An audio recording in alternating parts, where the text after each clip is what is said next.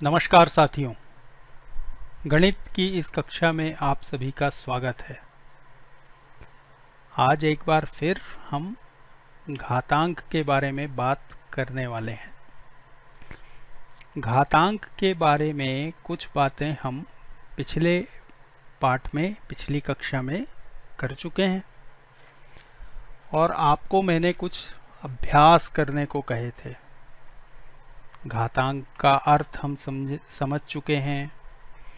आधार और घातांक किसे कहते हैं ये हमें मालूम है और घातांक के दो नियम भी हम जानते हैं। तो आपको ऐसा लग रहा होगा कि घातांक कोई बहुत कठिन बात नहीं है, बस कुछ छोटी छोटी बातों का हमें ध्यान रखना है। घातांक के कुछ नियम अभी बाकी हैं, इसीलिए हम आज एक बार फिर से घातांक के बारे में बात कर रहे हैं। एक प्रश्न मैं यहाँ पर लिखता हूँ, इसको हल करके हम घातांक का अगला नियम, कौन से नंबर का नियम होगा ये? पहला और दूसरा नियम तो हम पिछली बार देख चुके हैं, तो ये है घातांक का तीसरा नियम अब हमारे पास आने वाला है। देखें इस नियम में क्या है। जो बात आपके सामने लिखी है 2 गुणित 3 और इस पूरे की घात है 3, तो अब आप इसमें समझ सकते हैं कि आधार क्या है 2 गुणित 3 और घातांक क्या है 3। तो इसका मतलब है कि हमें आधार को 3 बार गुणा करना है। ये हुआ एक बार, ये हुआ दूसरी बार और ये हुआ तीसरी बार। यही मतलब हुआ ना। इसको अगर हम कोष्ठक से बाहर कर दें तो 2 गुणित 3, 2 गुणित 3 और फिर से 2 गुणित 3। अब देखिए कि 2 कितनी बार आ रहा है? 3 बार। तो इसको हम ऐसे लिख सकते हैं। और 3 कितनी बार आ रहा है? 1, 2, 3 बार। इसको हम ऐसे लिख सकते हैं। गुणा का क्रम विनिमय नियम याद है ना आपको, कि हम गुणा करते समय संख्याओं के क्रम को आगे पीछे कर सकते हैं, उसकी जगह बदल सकते हैं। वही हमने किया।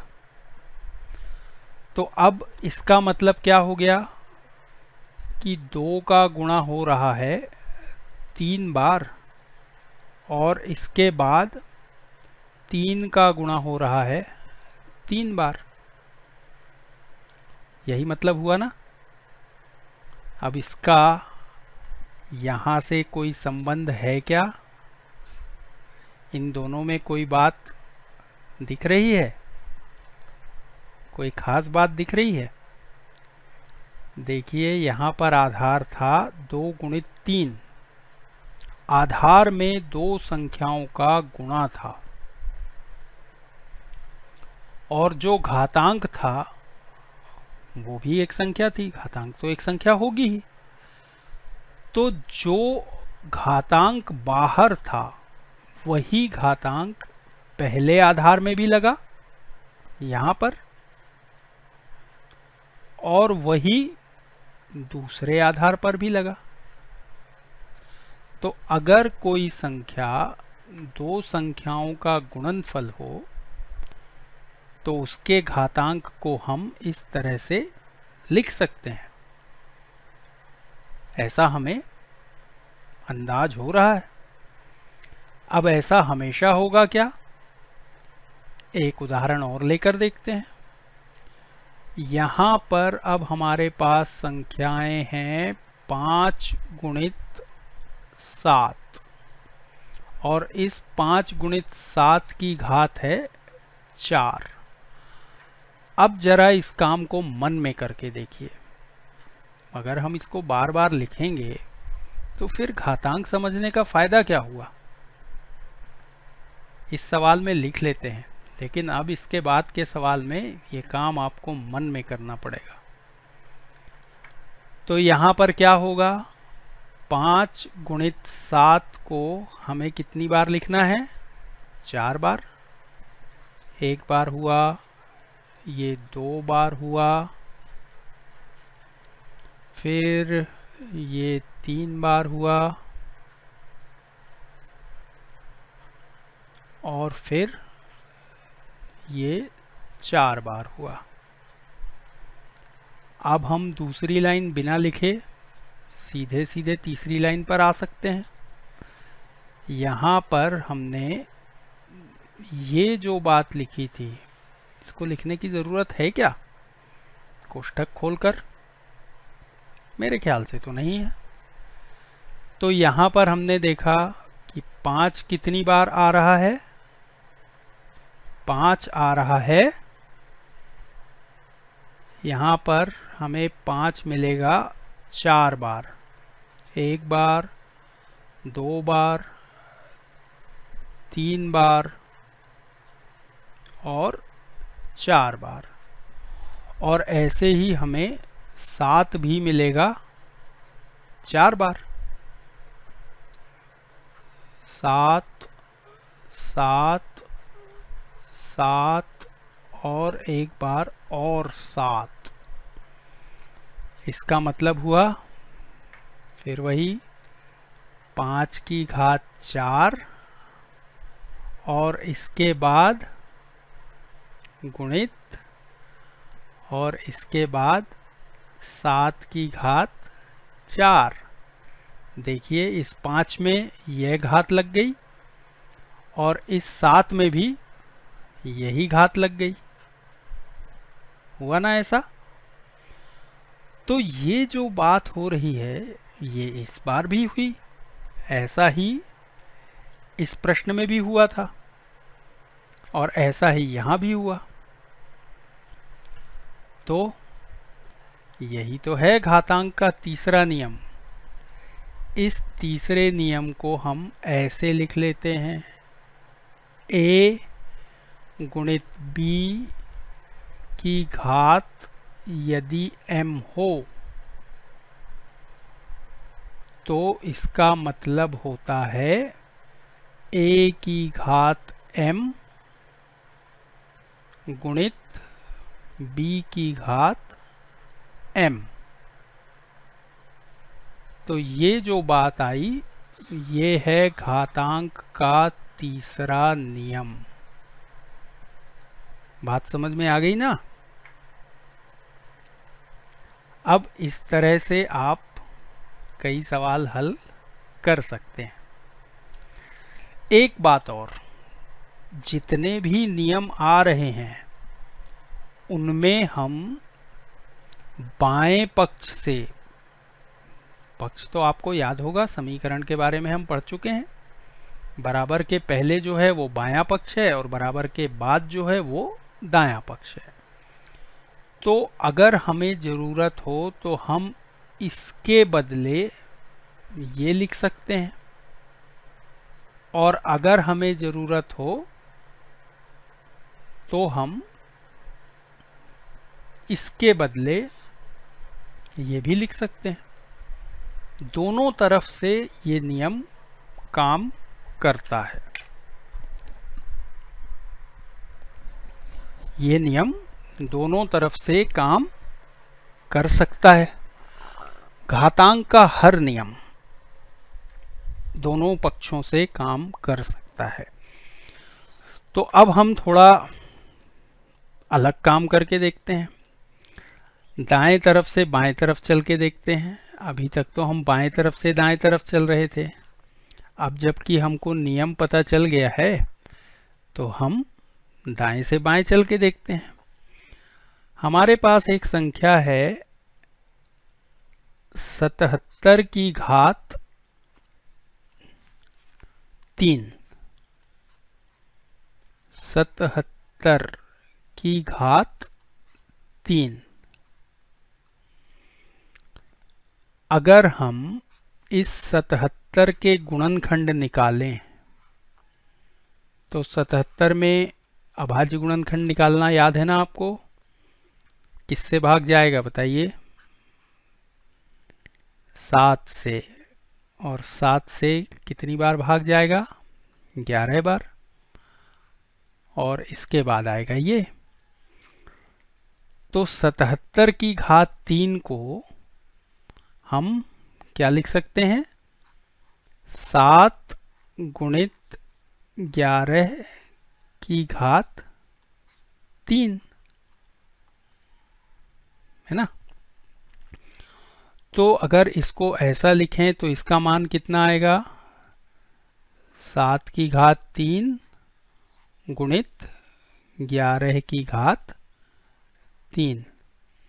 तो देखिए यहाँ पर हमने पहले से थोड़ा सा अलग काम किया है। दोनों काम लगभग एक जैसे ही हैं, कोई खास फर्क इन दोनों में नहीं है। तो हम दोनों तरह से इस संख्या को लिख सकते हैं, है ना? तो अब नियम 3 के कुछ अभ्यास आपके लिए हैं। इन अभ्यासों को आप अभी हमने जो नियम पढ़ा है घातांक का नियम 3, उस नियम के अनुसार हल करने की कोशिश कीजिए और बताइए कि इनके मान क्या होंगे। ये तो बड़ा आसान अभ्यास है, इसको आप आसानी से कर सकते हैं। तो नियम 3 की बात हुई खत्म। अब हम एक और नियम देखते हैं। इस नियम में क्या हो रहा है? पिछली कक्षा में हमने घातांकों में गुणा का एक नियम देखा था। अब आज हम भाग का भी एक नियम देख लेते हैं। यहाँ पर हमारे पास फिर प्रश्न आ रहा है 2 की घात 5 भागित 2 की घात 3। अब इसे हम कैसे करें? जो बातें आपको पहले से मालूम हैं वैसे ही हम करेंगे। इसका मतलब हुआ इस बात को, इस प्रश्न को हम ऐसे लिख सकते हैं 2 की घात 5 भागित 2 की घात 3। अब घातांक पढ़ने के बाद हम जानते हैं कि 2 की घात 5 का मतलब है 2 का गुणा 5 बार। तो ये हो गया 2 की घात 5। और 2 की घात 3 का मतलब है 2 का गुणा 3 बार। अब परिमेय संख्याओं के भाग में हमने देखा है कि अगर उभयनिष्ठ गुणनखंड हो तो उसे हम काट सकते हैं। तो 2 से 2 कट गया, 2 को 2 से भाग दिया तो 1 आया। 2 एकम 2, 2 एकम 2। ये वाला 2 भी कट गया, 2 एकम 2, 2 एकम 2। और ये वाला 2 भी कट गया, 2 एकम 2 और 2 एकम 2। तो बचा क्या? सिर्फ ऊपर बचा है 2 गुणित 2। बाकी सभी संख्याएं तो कट चुकी हैं। तो इसका मतलब उत्तर आया है 2 की घात 2। अब बताइए इसमें कोई समानता है ना? क्या है? क्या समानता है? ये तो हमने हल कर लिया। चलिए इसको हम अगली जगह पर लिखते हैं। 2 की घात 5 भागित 2 की घात 3। और इसका उत्तर हमें मिला है 2 की घात 5 भागित 2⁻³ को हमने हल किया और इसका उत्तर हमें क्या मिला है? 2⁻²। तो इसका उत्तर हमें मिला है 2⁻²। अब देखिए, गुणा करते समय हमने एक नियम लिखा था। क्या लिखा था? कि अगर x⁻m में x⁻n का गुणा होगा तो आधार वही x रहेगा और घातांक को हम जोड़कर लिख सकते हैं। ये कब हो रहा था? जब हम गुणा कर रहे थे। तो समान आधार वाली संख्याओं का गुणा करते समय घातांक को हम जोड़ रहे थे। तो अब भाग कर रहे हैं। गुणा का उल्टा काम है भाग, और जोड़ का उल्टा काम क्या है? घटाना। तो इसी नियम के अनुसार अब आपको समझ में आ गया होगा कि x⁻m में अगर हम x⁻n का भाग दें तो हमें उत्तर मिलेगा x⁻m-n। ये जो बात आपके सामने अब मैं लिख रहा हूँ, अब मैंने लिखी है, ये है घातांक का तीसरा नियम। ये नियम तो हम लिख चुके हैं, ये दूसरा नियम था, तो इसको हम हटा देते हैं। इसको तो आप लिख चुके हैं पहले।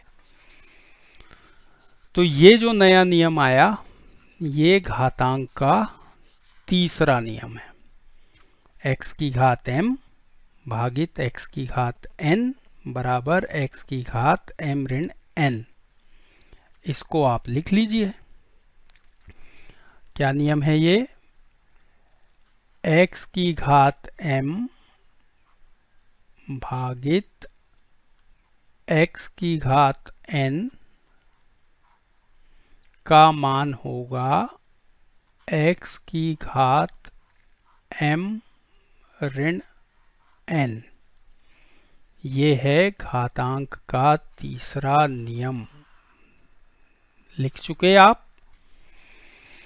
तो अब ऐसे ही हम इस नियम के अनुसार एक सवाल और हल करके देखते हैं। 7⁻9 में हमें भाग देना है 7⁻4 से। बिल्कुल नियम से मिलाते जाइए। आधार x, तो यहाँ पर आधार 7 यानी आधार बराबर है। तो यहाँ पर हम क्या लिखते हैं? फिर से x, तो यहाँ का x क्या है? 7। फिर m का मान यहाँ पर 9 है, n का मान यहाँ पर 4 है, और यहाँ हमें लिखना है m-n। तो यहाँ हम लिखेंगे 9-4 और उत्तर आएगा 7⁻5। तो इस तरह से हम इस घातांक के तीसरे नियम का उपयोग कर सकते हैं। और अगर आप चाहें तो आप इस तरीके से भी हल करके देख सकते हैं कि उत्तर वैसा ही आ रहा है या नहीं। अब जरा एक काम और करते हैं। घातांक का तीसरा नियम तो आपने सीख लिया। अब एक प्रश्न मैं लिख रहा हूं 3⁻5 और इसमें हमें भाग देना है 3⁻5 का। अभी जो नियम है हमने बताया है, आपने लिखा है, उस नियम के अनुसार अगर हम चलें तो इसका मान आना चाहिए 3⁻5-5, और ऐसा करने पर तो 0 मिलेगा। 5 ऋण 5 करने पर 0 मिलेगा। तो उत्तर हमारा आता है 3 की घात 0। आता है ना कि गलत है कुछ?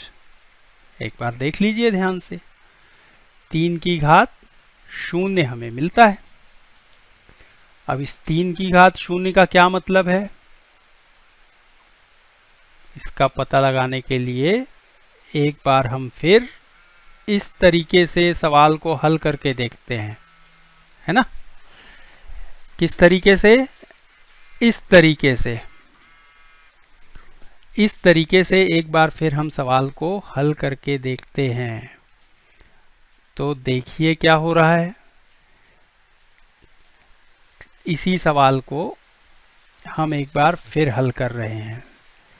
3 की घात 5 भागित 3 की घात 5 का मतलब है 3 की घात 5 अंश में और 3 की घात 5 ही हर में। फिर से इसका मतलब है 3 का गुणा 5 बार और नीचे भी 3 का गुणा 5 बार।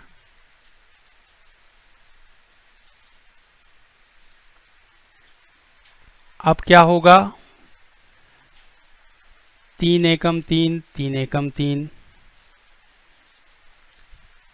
3 एकम 3, 3 एकम 3, 3 एकम 3, 3 एकम 3, 3 एकम 3, 3 एकम 3 और फिर से 3 एकम 3, 3 एकम 3। हर बार कटा मतलब क्या आया? 3 एकम 3, 3 एकम 3। तो हर बार 1 1 1 1 आया है। तो उत्तर आया 1/1 यानी 1। अब देखिए खास बात कि जब हम एक ही सवाल को इस तरीके से हल कर रहे हैं तो हमारा उत्तर आ रहा है 3 की घात 0 और जब दूसरे तरीके से हल कर रहे हैं तो उत्तर आ रहा है 1। लेकिन दोनों सवाल तो एक ही हैं, समान है ना। यहां पर जो प्रश्न था वही प्रश्न यहां है, लेकिन उत्तर यहां पर इतना आ रहा है और उत्तर यहां पर इतना आ रहा है।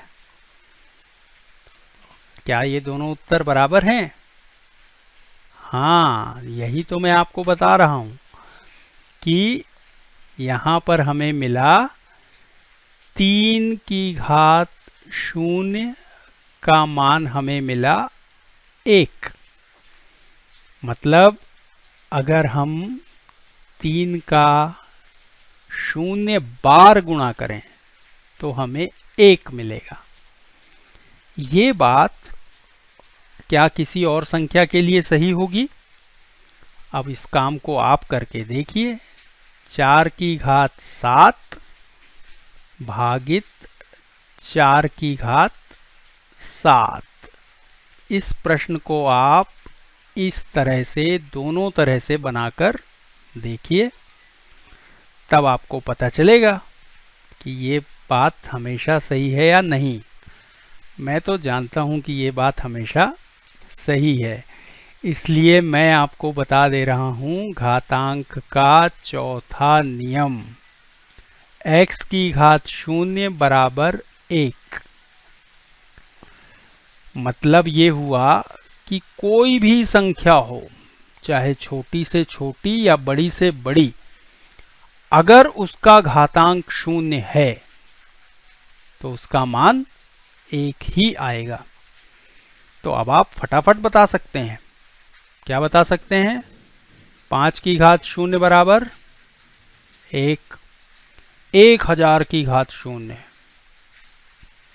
1000 की घात 0 बराबर ये भी एक संख्या, चाहे आधार चाहे कितना भी बड़ा हो, अगर घातांक में 0 आया तो उसका मान 1 ही होगा। तो अब हमने घातांक के 2 नियम आज फिर सीख लिए हैं, है ना। 2 नियम, बल्कि 3 नियम कहें तो। ये जो तीसरा नियम है ये वाला, ये तो दूसरे नियम का ही एक रूप है। तो आज हमने घातांक के 3 नियम समझे हैं। एक नियम था a की घात m गुणित b की घात m बराबर a गुणित b की घात m।